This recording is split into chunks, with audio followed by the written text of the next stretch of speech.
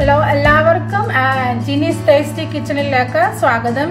ഇന്ന് ഞാൻ ഇവിടെ വന്നിരിക്കുന്നത് ഒരു അടിപൊളി അവിയലിൻ്റെ റെസിപ്പിയുമായിട്ടാണ്. എല്ലാവർക്കും അറിയാം അവിയൽ എങ്ങനെയാണ് ഉണ്ടാക്കുന്നതെന്ന്. എങ്കിലും ഞാൻ എൻ്റെതായ രീതിയിൽ ഒരു അവിയൽ ഉണ്ടാക്കി കാണിക്കാം. അതിലേക്ക് ഞാൻ ഇവിടെ എടുത്തിരിക്കുന്നത്, നമുക്ക് എന്ത് പച്ചക്കറിയും വീട്ടിലുണ്ടെങ്കിൽ അതുകൊണ്ട് നമുക്ക് അവിയൽ ഉണ്ടാക്കാം.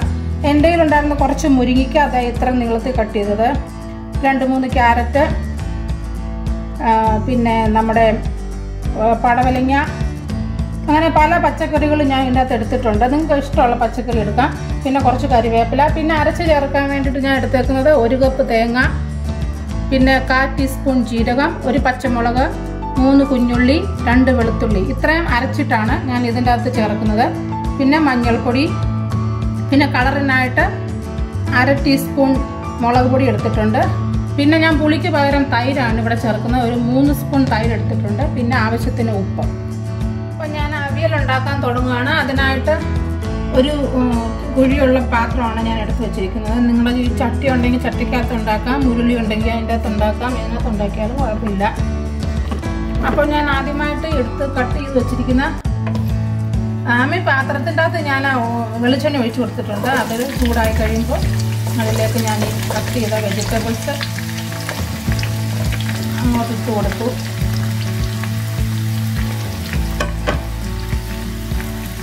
പിന്നെ ഞാൻ അതിലേക്ക് കുറച്ച് ഉപ്പിട്ട് കൊടുക്കുവാണ്.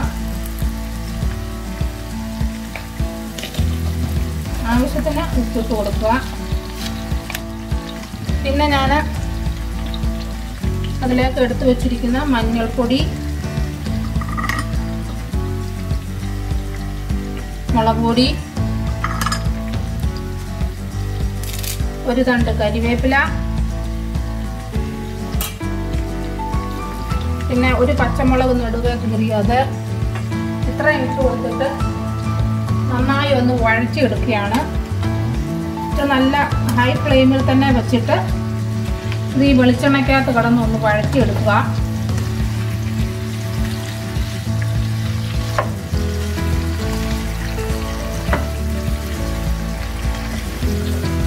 ഇത് നന്നായി എല്ലാം മിക്സ് ചെയ്ത്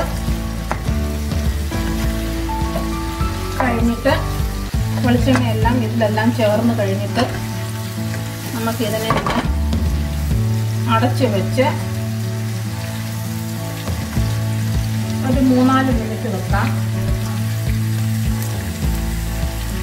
ആ വെളിച്ചെണ്ണയ്ക്കകത്ത് കിടന്ന് ഒന്നാവട്ടെ, എന്നിട്ട് തിരിച്ചു വരാം.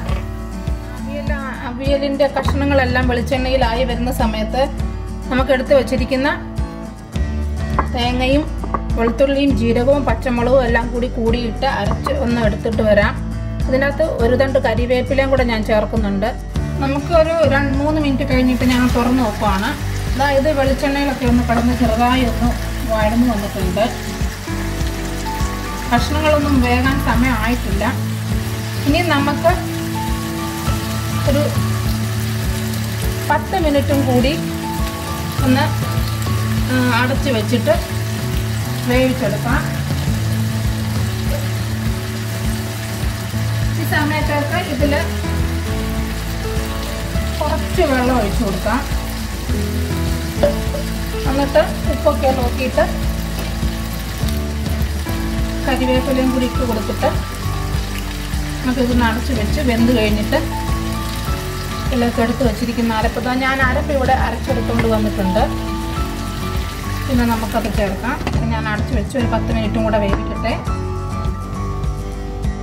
ഇവിടെ 10 മിനിറ്റ് കഴിഞ്ഞിട്ടുണ്ട്. നമുക്കിതൊന്ന് തുറന്ന് നോക്കാം.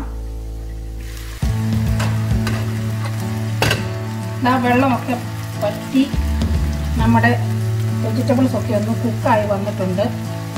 നമുക്കിനിയും ഇതിലേക്ക് എടുത്ത് വെച്ചിരിക്കുന്ന അരപ്പ് കൂടി ചേർത്ത് കൊടുക്കാം. എന്നിട്ട് നന്നായി ഒന്ന് മിക്സ് ചെയ്ത് കൊടുക്കാം.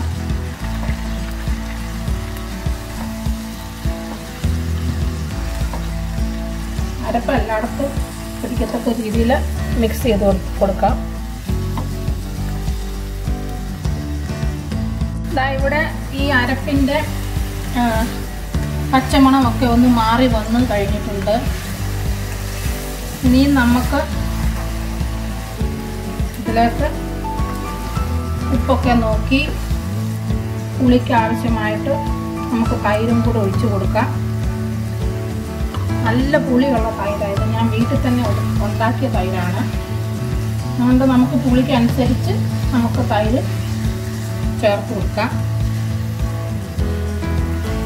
ഇത് നന്നായി ഒന്ന് മിക്സ് ചെയ്ത് കൊടുത്ത്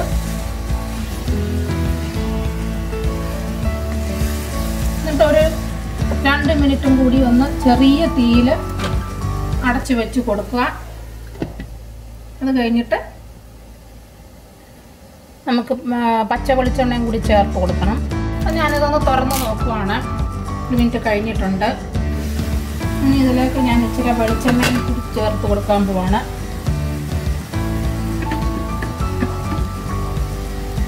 ഒരു 2 സ്പൂൺ വെളിച്ചെണ്ണയും കൂടി ഞാൻ ചേർത്ത് കൊടുത്തു.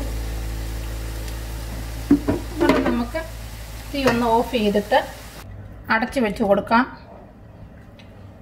ഇപ്പം നമ്മുടെ അവിയൽ ഇവിടെ റെഡി ആയിട്ടുണ്ട്. ഇനി ഒരു സെർവിങ് ബോളിലേക്ക് മാറ്റാം.